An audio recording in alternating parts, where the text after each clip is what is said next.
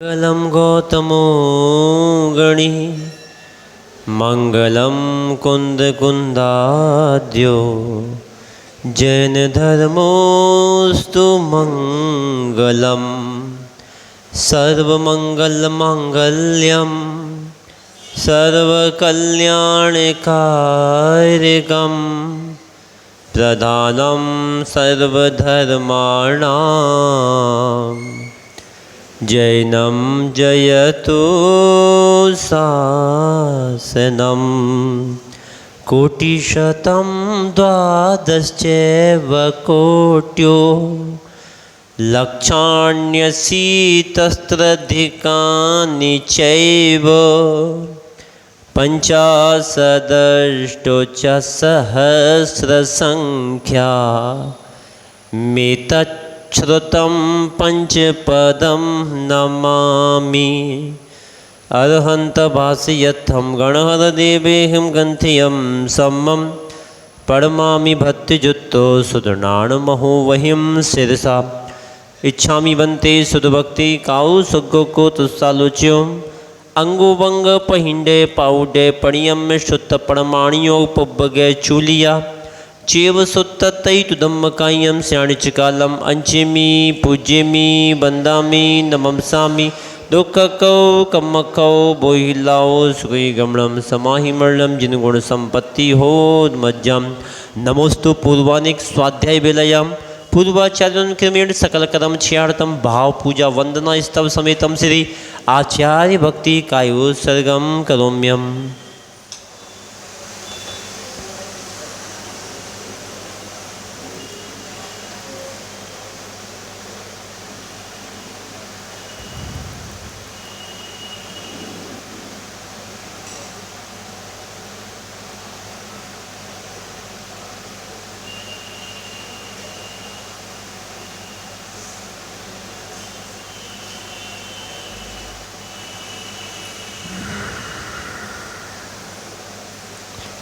गुरुवापान्तनो नित्यं ज्ञानदर्शनाय कहा चारित्राणं गंभीरः मोक्षमार्गोपदेशका इच्छामि बन्ते आयरि भक्ति काओ शोगो को तुस्सालोच्यों समणान समदंसण समचरिजुत्ताणं पंचव्याचारणं आयरियाणं आयदादि सुन्नाणो वदेश्याणम उभज्जयाणम त्रियाण गुणपालयदाणम सब सावणिचकालम अंचेमी पूज्यमी बंदामी नममसामी दुखकौ कम्मकौ बोहिलाओ शुगई गमणम समाहि मरणम जिनगुण संपत्ति हो दुमज्जम नमियोड़वड्डमाणम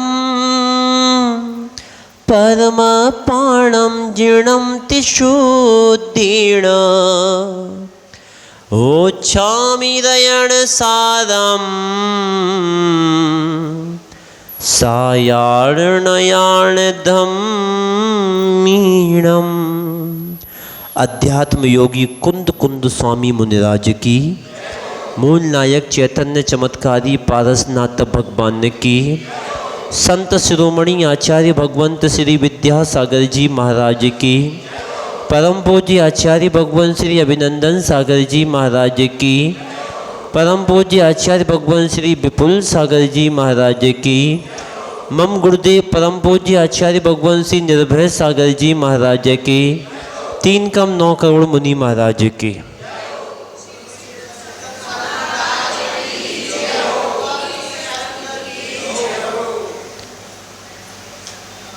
मंगलाचरण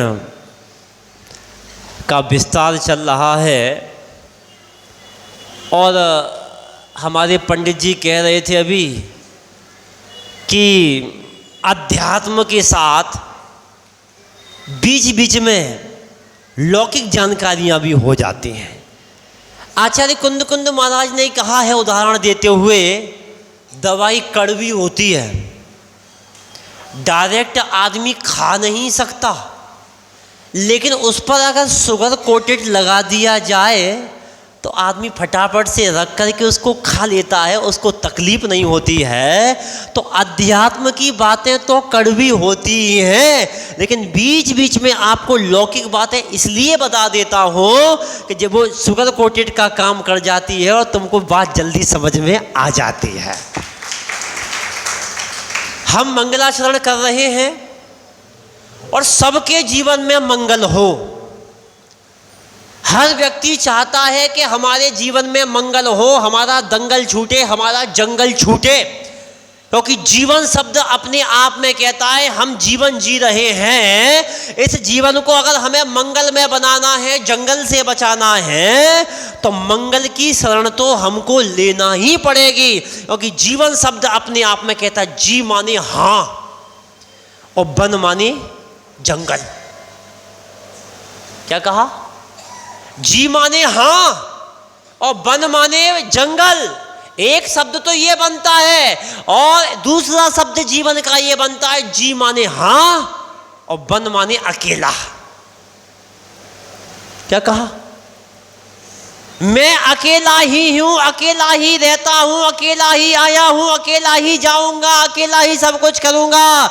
जहां एक है वहां जिंदगी में आनंद है और जहां दो है वहां पर द्वंद्व है। क्या है? दो के बीच में ही द्वंद्व होता है, दो के बीच में ही फंद पड़ते हैं। फंदे जिनके पड़ गए वही जाने। दो के बीच में ही द्वंद्व होता है, दो के बीच में ही फंद होता है। दुनिया के जितने भी संबंध हैं वो सब दो अक्षर से बने हैं। मामा कितने अक्षर? दादा, नानी, काका, काकी, बुआ, फूफा, सब अक्षर दो अक्षर से। जितने भी संबंध बने हैं सब दो अक्षर से बने हैं। शरीर के जितने भी अंग हैं सब दो अक्षर के। आंख, नाक, कान, हाथ, पैर, पेट, पीठ, सब दो अक्षर से बने हैं। और आचार्य भगवंत कहते हैं जहां दो है वहां पर द्वंद्व है और जहां अकेले की बात है वहां कोई द्वंद्व नहीं है। इसलिए आप अकेला अब तरह मरा अकेला होए। अगर आपको अपने जीवन में अपने जीवन को जंगल में नहीं बनाना है, कर्मों का जंगल नहीं बनाना है, तो अपने आत्म तत्व को समझने का प्रयास करो। और जो व्यक्ति अपने आत्म तत्व को समझता है, अपने जीवन को समझ लेता है, वो अंत में जाकर के वन बन जाता है, फर्स्ट क्लास बन जाता है। उसकी आत्मा परमात्मा बन जाती है। और जो अपने जीवन को नहीं समझता है, अपने जीवन की शुरुआत मंगलाचरण से नहीं करता है। जिसने मंगलाचरण की कीमत समझी है वही बता सकते हैं। हमारे मयंक जी हरिद्वार ऋषिकेश से जब से हम बद्रीनाथ गए हैं, जब से बद्रीनाथ गए तब से इन्होंने हमारा साथ नहीं छोड़ा और कह दिया जब तक महाराज तन में प्राण रहेंगे हर महीने तुम्हारे दर्शन करने आऊंगा। कहां से? इसे कहते हैं मंगल के दर्शन कहीं भी हो जाएं। अध्यंत के दर्शन घर में होते हैं, साधु के दर्शन हमारे नगर में नहीं है। उनके यहाँ कोई चातुर्मास नहीं है। छिपी टोला वालों, उन्होंने कह दिया हमारे यहाँ चातुर्मास नहीं, कोई बात नहीं। अरे जहां चातुर्मास होगा हम वहां जाकर के महाराज के दर्शन करेंगे। इसी को तो मंगल कहते हैं। अब सोचो कि घर बैठे ही दर्शन हो जाए, ये भी मोबाइल पर कर सकते हैं, माइक पर कर सकते हैं, सारे काम कर सकते हैं। ये दिव्य देशना मोबाइल में भी पहुंच सकती है। नहीं, ध्यान रखना, पंच कल्याणक में जितने भी देव आते हैं वो मूल शरीर से नहीं आते, इसलिए उनको सम्यक दर्शन की प्राप्ति नहीं होती है। उसलिए ध्यान रखना, तुम कितना भी अभिषेक देख लेना, कितना भी मोबाइल पर टीवी पर देख लेना, कितने भी प्रवचन सुन लेना, अगर सम्यक दर्शन की साक्षात प्राप्ति होगी तो साक्षात गुरु की वाणी सुनने से होगी। ध्यान रखना, मोबाइल तो पार्ट टाइम है, पार्ट टाइम जॉब है मोबाइल से सुनना, शॉर्टकट नहीं है। माइक लगा दिए महाराज जी, माइक लगा दिए, माइक लगा दिए, लोग दुकान से सुनते हैं। दुकान से सुनने पर समय का सदुपयोग तो हो जाएगा, लेकिन अगर साक्षात सम्यक दर्शन की अगर प्राप्ति होगी तो साक्षात बैठने से ही होगी, वहां पर सुनने से नहीं होगी। वहां समय का सदुपयोग तो हो जाएगा। एक बार में एक ही काम होता है, दो काम नहीं। दुकान भी चल रही है और प्रवचन भी सुन रहे हैं, दुकान भी चल रही है और स्वाध्याय भी हो रहा है। एक बार में दो काम नहीं होते हैं। इसलिए अपने जीवन में मंगलाचरण करने का प्रयास करो। ध्यान रखना, जो मम गालम गाल्यति इति मंगलम, जो पापों को गलाए, पुण्य को दिलाए, आनंद आनंद कराए, उसे मंगल कहते हैं। जिसके जीवन में मंगल है, अरिहंत का मंगल, सिद्ध का मंगल, साधु में आचार्य उपाध्याय साधु का मंगल, और भगवान के द्वारा कहा गया धर्म, जिसके जीवन में ये चार हैं, मैं दावे के साथ कह रहा हूं, अगर वो अंतरंग से इन चारों की आराधना करे, उसके जीवन में कभी अमंगल नहीं हो सकता। इसलिए अगर मंगल करना है तो मंगल का सहारा लो। मंगल के आओ, मंगलाचरण चल रहा है। कल बताया था मंगलाचरण कितनी बार करते, 3 बार। पहला आद्य मंगलाचरण, दूसरा मध्य मंगलाचरण और तीसरा अंत मंगलाचरण। क्यों करते हैं सब लिखते जाना, पेपर होगा। ध्यान रखना, ध्यान रखना। और पेपर ओरल नहीं होगा, माइक से नहीं होगा कि दुकान पे बैठे बैठे पेपर तो यहीं देने आना पड़ेगा, ये ध्यान रखना। इसलिए यहां पर आकर के समझो, कल मैंने बताया था 3 बार मंगलाचरण क्यों करना, और पहला मंगलाचरण क्यों करना, दूसरा मंगलाचरण क्यों करना, तीसरा क्यों करना। पहला मंगलाचरण इसलिए करना कि शास्त्र का स्वाध्याय निर्विघ्न हो, शास्त्र में कोई विघ्न ना आए। दूसरा मंगलाचरण इसलिए करना कि हम जिसको पढ़ा रहे हैं वो शिष्य बुद्धू ना बने, बुद्ध बने। क्या बने? बुद्धू नहीं बने, क्या बने? बुद्ध बने, केवल ज्ञानी बने, महान बने, परमात्मा बने, सच्चा ज्ञानी बने। उसके लिए मध्य का मंगलाचरण करना और अंत का मंगलाचरण इसलिए करना कि हमको स्वाध्याय का फल प्राप्त हो सके। ऐसे ही स्वाध्याय करने वाले तुम कैसे लोग बताओ, विचार करना। आज प्रवचन पहले हो रहा है, लोग होशियार हैं, उन्हें लगे कि हाँ स्वाध्याय तो हम तभी आएंगे, आज प्रवचन थोड़ा पहले कर दिया है। कभी कभी पेपर भी आउट हो जाता है, समझ में आ रही है ना।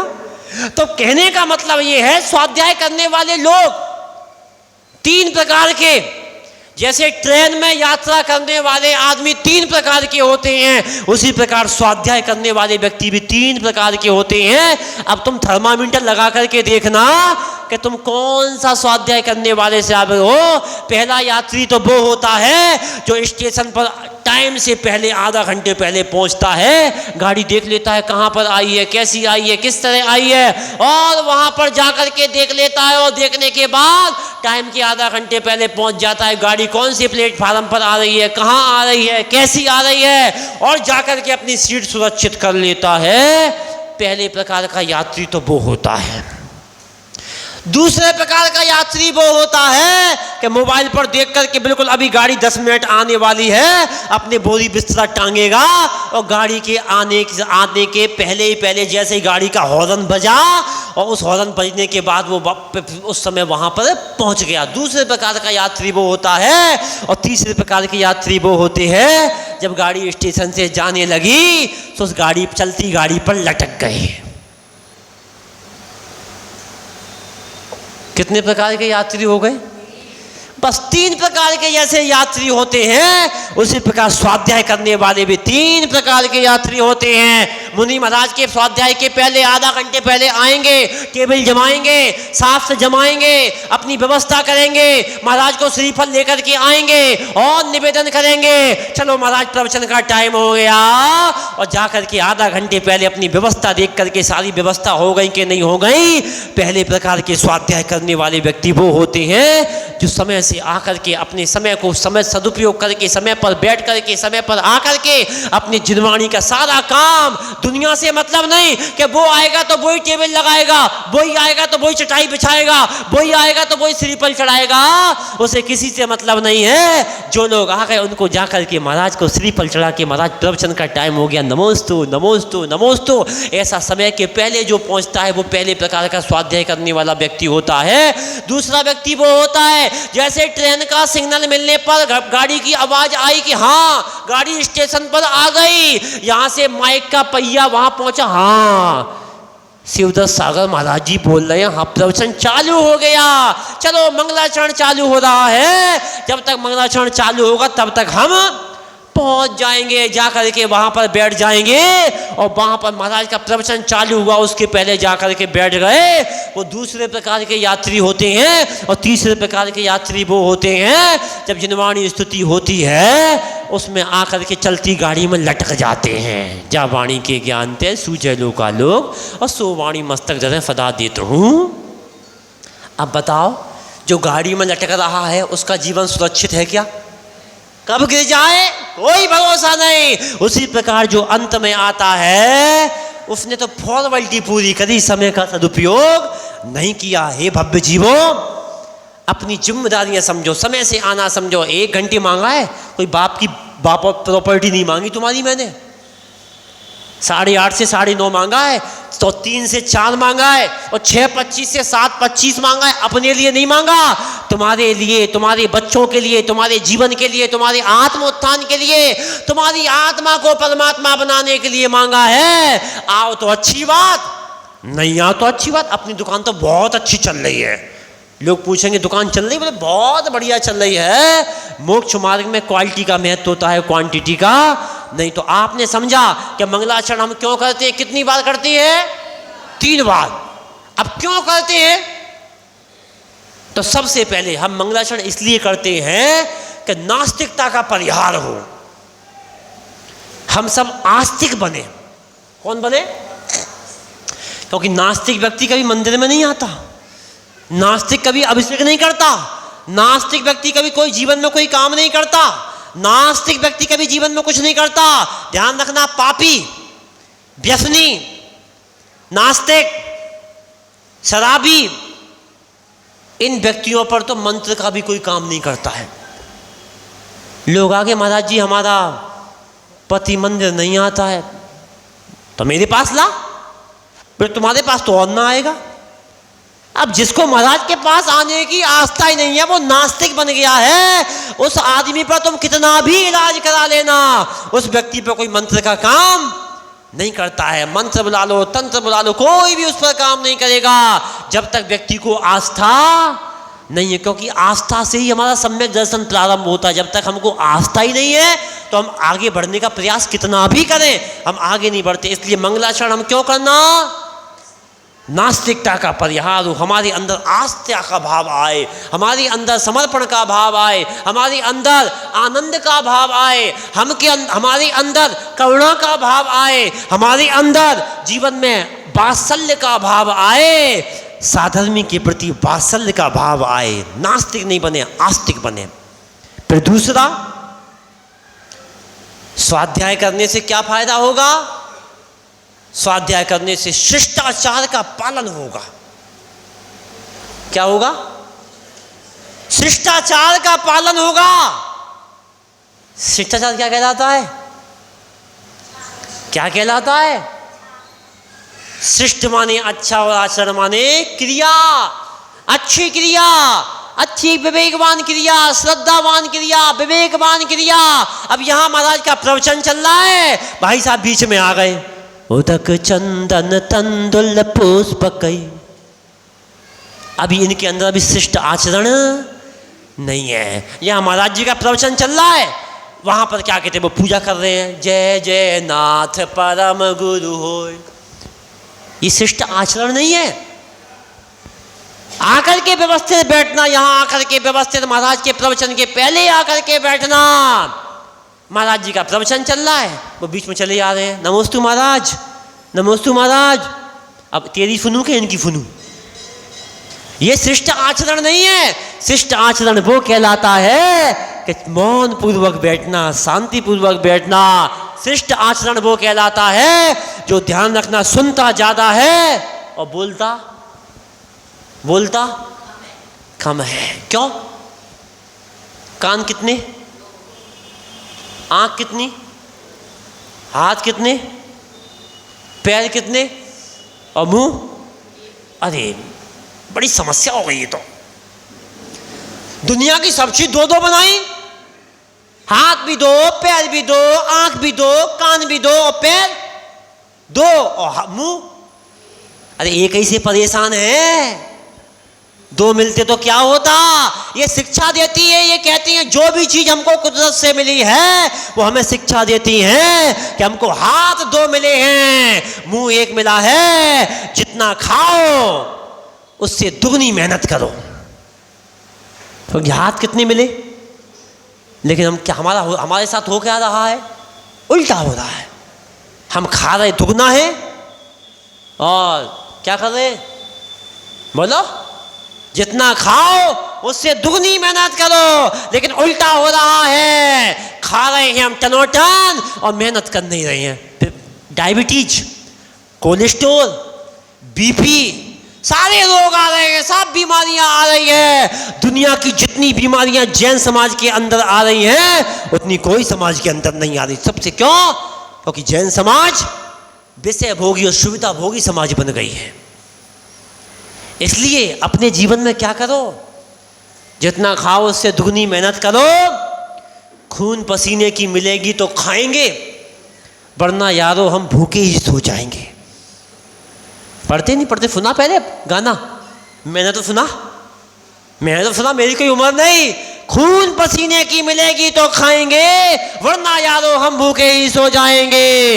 इसलिए विचार करो, मेहनत करके खाएंगे तो खाएंगे, वरना हम भूखे ही सो जाएंगे। विचार करो, स्वाध्याय करेंगे, स्वाध्याय में आएंगे तो ज्ञान पाएंगे, वरना यारो हम भूखे ही सो जाएंगे। स्वाध्याय में आओ, ज्ञानी बनने का विचार करो, बैठने का विचार करो। तो हमारे पास मुंह कितना, एक, हाथ कितने, दो, पैर कितने और मुंह क्यों? जितना चलो, जितना खाओ उससे दुगना चलो। एक आदमी को कम से कम 5 किलोमीटर डेली चलना चाहिए पैदल। कितना? ओ महाराज, 5 किलोमीटर। ये वैज्ञानिकों का कहना है, जो व्यक्ति डेली पैदल चलता है उसकी बुद्धि बहुत अच्छी होती है। इसलिए महाराज की बुद्धि बहुत तेज होती है। क्यों? क्योंकि महाराज कैसे चलते हैं, बोलो भुवनेश भैया, महाराज कैसे चलते हैं? पैदल चलते हैं। इसलिए उनकी बुद्धि बहुत हार्ड डिस्क बहुत तेज होती है। इसलिए पैदल चलो, जितना चलो खाओ उससे दुगना चलने का प्रयास करो। फिर उसके बाद मुंह एक और आंखें कितनी, दो। जितना देखो उससे आधा बोलो। लेकिन हम देखते इतना है और बोलता, उसने ऐसा कर दिया, उसने ऐसा कर दिया, उसने ऐसा कर दिया। और बड़ा चढ़ा करके बोलोगे तो कर्म का बंद होगा। ध्यान रखना, बड़ा चढ़ा करके बोलोगे, उसकी बुराई करोगे, उसकी बुराई सुनोगे तो भी बंद होगा, और उसकी बुराई करोगे तो भी बंद होगा। अगर तुम्हें ना विश्वास हो, पहले, अब तो रोमिंग सिस्टम खत्म हो गया, पहले रोमिंग चलती थी।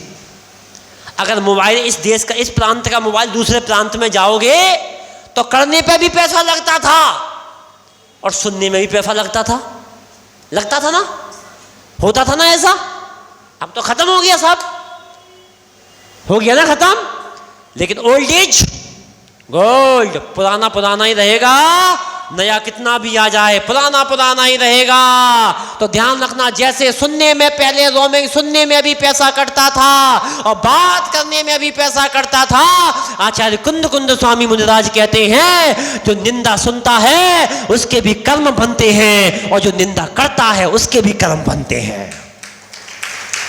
इसलिए ध्यान रखना, जहां निंदा हो रही हो कम बंद कर लेना, पर तू जान, तेरा काम जान, क्योंकि निंदा करने पे भी कर्म बनेंगे और निंदा सुनोगे तो, क्योंकि कृत, कारित, अनुमोदना 3 चीज होती हैं। उन तीनों में से तुम किसी ना किसी में तो फंस जाओगे, बच नहीं सकते हो। इसलिए जितना सुनो उससे आधा बोलो, क्योंकि कान कितने, 2। जितना देखो उससे आधा बोलो, क्योंकि आंखें कितनी, 2 है। इसलिए अपने जीवन में प्रयास करो, पुरुषार्थ करो, शिष्टाचार का पालन करो। अगर स्वाध्याय करने से हमारे अंदर अगर शिष्ट आचरण नहीं आ रहा है तो भगवान की प्रतिमा के दर्शन करते करते प्रतिमा घिस गई, लेकिन कर्म एक भी नहीं घिसा। भगवान की प्रतिमा के दर्शन करते करते कमर झुक गई, लेकिन अहंकार नहीं झुका।